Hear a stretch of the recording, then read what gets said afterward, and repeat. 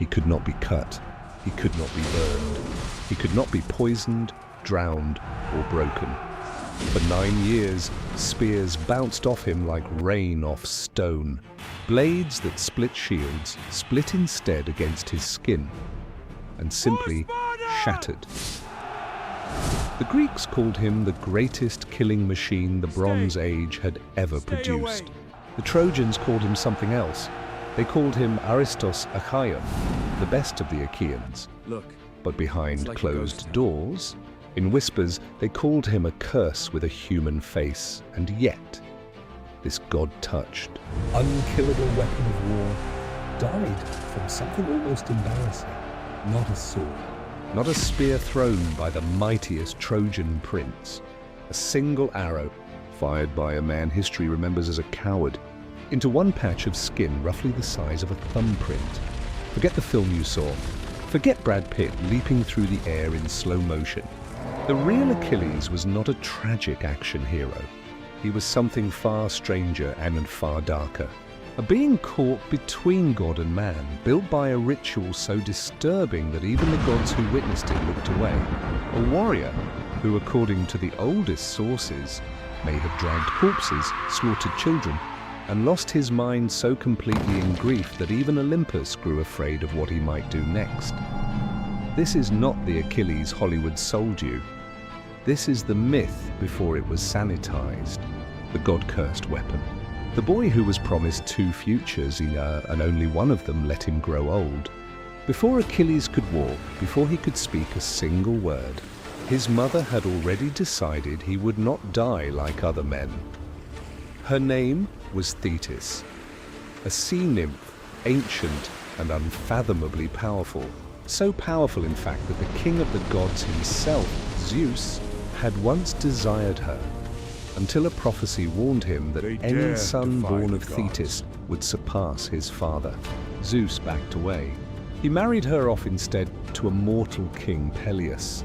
It was, in the language of myth, a punishment disguised as an honor. From that forced union came a son, and Thetis, knowing exactly what mortality meant, knowing that her child, unlike her, would rot in the ground one day, refused to accept it. So she performed a ritual soaked in dread. She carried her infant son down to the edge of existence itself. The river Styx. Not a river of water.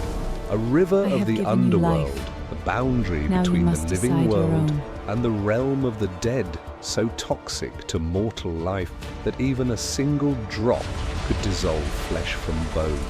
This was not a blessing. This was an act of desperate, borderline insane maternal defiance against the laws of the universe itself.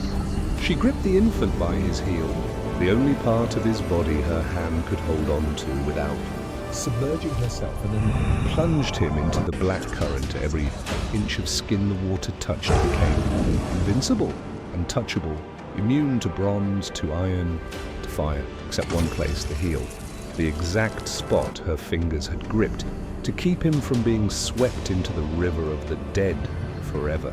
One small human oversight, a mother's grip, became the single flaw in an otherwise perfect weapon. But the water was only half the curse. The other half came from prophecy. When Achilles was still a boy, an oracle delivered words that would define and doom his entire existence. He had exactly 2 paths in life. He could stay home, live a long, quiet, unremarkable life, grow old and be forgotten by history entirely. Or he could go to war at Troy, become the single greatest warrior the world had ever witnessed, and die young, his name echoing through eternity. A long, forgettable life, or a short, blood-soaked legend. His mother tried to hide him from that choice entirely. Some versions of the myth say she disguised her own son as a girl, hiding him among the daughters of a foreign king, desperate to cheat fate itself. It didn't work, because the Greeks were about to go to war with Troy, and they had just discovered that without this one boy, they could never win. This is our moment. Forget the noble realist from the movies. The real Achilles, once he stepped onto that beach at Troy, became something the ancient sources describe with genuine horror. He didn't just win battles, he erased entire bloodlines. Ancient accounts describe him sacking city after city along the Trojan coastline, 23 settlements by some counts. This is Not the for end. territory, but to But the strip story. Troy of allies, food, It is and just morale beginning. before the main war had even truly escalated. He captured women. He executed princes. In one account, he ambushed a young son of the Trojan king mid-river, Unarmed, begging for mercy, and had killed him anyway. then threw the body into the current to drift downstream past the walls of Troy itself, a message written in a corpse. This was psychological warfare, centuries before the term existed. By the 9th year of the siege, Trojan mothers were reportedly invoking his name to frighten their children into obedience. Soldiers who had never even seen him described a creeping paralysis at the mere rumor that Achilles had rejoined the field. Historians studying the myth call this the Achilles effect, an enemy so devastating that his reputation did more damage than his actual sword. And there's a reason for that reputation. Because whatever divine ritual his mother performed at that river didn't just protect his skin. Some ancient sources suggest it altered something deeper: his temperament, his rage, his capacity for mercy, or the total absence of it. He was, by design and by blood, only half human. And the human half was losing, but even a monster like this had one crack. One person who could reach past the armor, past the invincibility, past the divine bloodline, and touch the actual boy. Underneath, his name was Patroclus, and What happened to him didn't just break Achilles' heart. It unleashed something the gods themselves would come to regret. To understand what comes next, you have to understand what Patroclus actually was to Achilles, because this wasn't just a battlefield friendship. Ancient sources, poets, and even philosophers centuries later argued fiercely over the nature of their bond. A devotion so total that when it was severed, it didn't just wound Achilles, it seemed to unmake him. By year 9 of the war, Achilles had grown disgusted, not with the enemy, but with his own commander, Agamemnon, who had publicly humiliated him over a stolen war prize. In fury and wounded pride, Achilles did something almost unthinkable for the Greeks' greatest weapon. He sat out of the war entirely. He let his own army bleed without him, refusing to fight, letting Troy's forces push the Greeks back to their ships in slaughter after slaughter. The Greeks were being annihilated, and Achilles simply watched until Patroclus couldn't watch anymore. Desperate to save the The others are dying waiting. army, Patroclus begged Achilles for one We thing. can't afford to lose Let any more me time. wear your armor. This armor was crafted Let me ride for out me. as you. Let I the have proved Trojans myself. believe the monster has Please, returned. give it to me. Even if it's only me underneath the brother also thought bronze, this was Achilles perfect. agreed. It would be the single most catastrophic decision of his life. Patroclus rode out wearing Achilles' armor. It is yours. The deception worked. The Trojan army, terrified, began to collapse in panic, believing the unkillable warrior had returned to the field. But Patroclus was not Achilles. He was not invincible. And on that battlefield stood Hector, Troy's greatest prince and defender, a warrior of extraordinary skill in his own right. Hector struck him down, stripped the stolen armor from his body as a war trophy, left Patroclus dead in the dirt of a battlefield that was never supposed to be his. When the news reached Achilles, something in him didn't just break, it detonated. Ancient sources describe a grief so violent, so consuming, that Achilles reportedly refused to wash the blood and dirt from his face. screamed until his voice broke. and had to be can't let physically you do this. restrained from It's too harming dangerous. himself in his anguish. I have His to. mother rose from the sea itself to comfort her son, and found him nearly unrecognizable, a demigod reduced to something raw and shattered. And when the grief finally curdled into something else, something colder, every single person on that battlefield, Greek and Trojan alike, was about to discover what happens when the most dangerous weapon in the ancient world stops caring whether he lives to see tomorrow. What followed wasn't a battle. It was closer to an execution. Achilles didn't just return to the war. He became something the myth itself struggles to contain.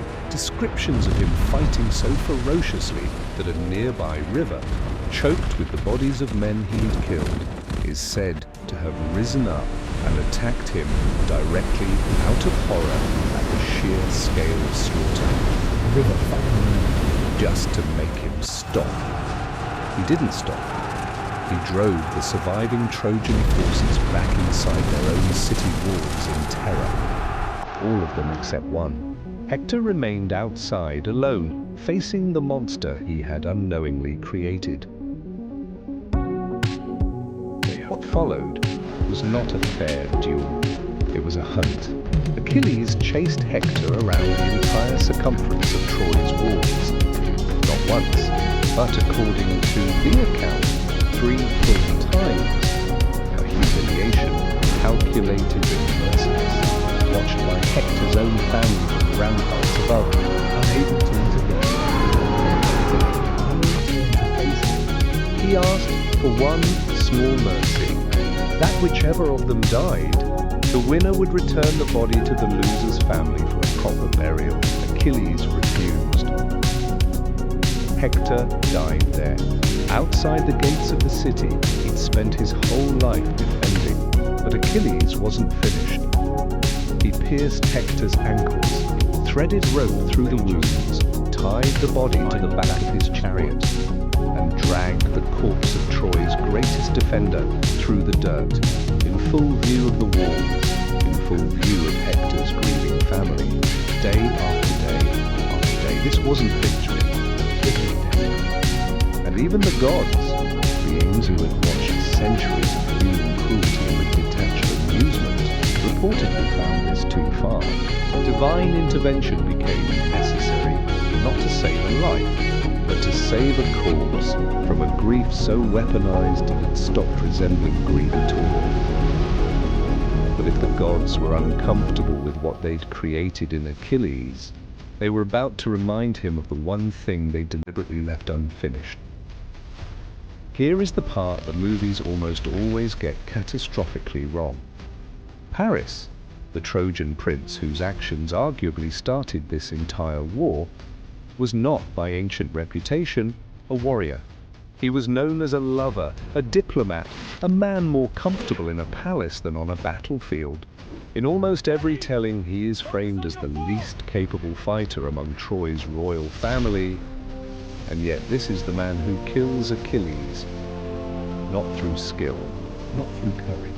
This through is my guidance. According to the oldest versions of the myth, the god Apollo, who had grown to despise Achilles for the brutality he'd shown even towards sacred spaces during the war, physically steered the arrow himself, guided it through the chaos of battle, past armor, past shields, past 9 years of a war that couldn't touch him, into the one place his mother's grip had left exposed since before he could speak his first word. The heel. Consider the philosophical weight of that for a moment. A demigod, bathed in the river of the dead, feared across an entire coastline. A living weapon who had made rivers rise up in protest of his violence. Killed not by strength, not by the greatest warrior of Troy, but by the single mortal flaw a mother's love had accidentally created, struck by the least threatening man in the entire story, guided by a god who had simply had enough. The myth is almost cruelly precise in its irony. The thing that made Achilles feared was his near-total invulnerability. The age of heroes The thing has that passed. made him human, the thing that ultimately killed him, was the one part of him that never got to touch the water of eternity. Even the gods, it seems, understood something we still struggle with today, that perfection is never actually total. There is always one part left A new ungripped. era is born. One place the armor doesn't cover. But at what cost? One flaw that outlives every strength you've built around it. Achilles was engineered by love, by fear, by a mother refusing to accept her son's mortality, to be untouchable. And in the end, that engineering is exactly what killed him. Not because the gods were cruel, But because perfection built on a single desperate exception was never perfection at all. It was a countdown. Maybe that's the real horror at the center of this myth. The sand Older, runs out. stranger, and far more human than any film has dared to show. We spend our lives building armor, reputation, invincibility, and somewhere, quietly, there's always one place we forgot to cover. If this dark, unfiltered version of the Achilles myth hit different than the one you grew up with. Subscribe, because we're going deeper into the myth's history tried to sanitize. and I want to know which part of this story genuinely surprised you. Drop it in the comments below. I read every single one.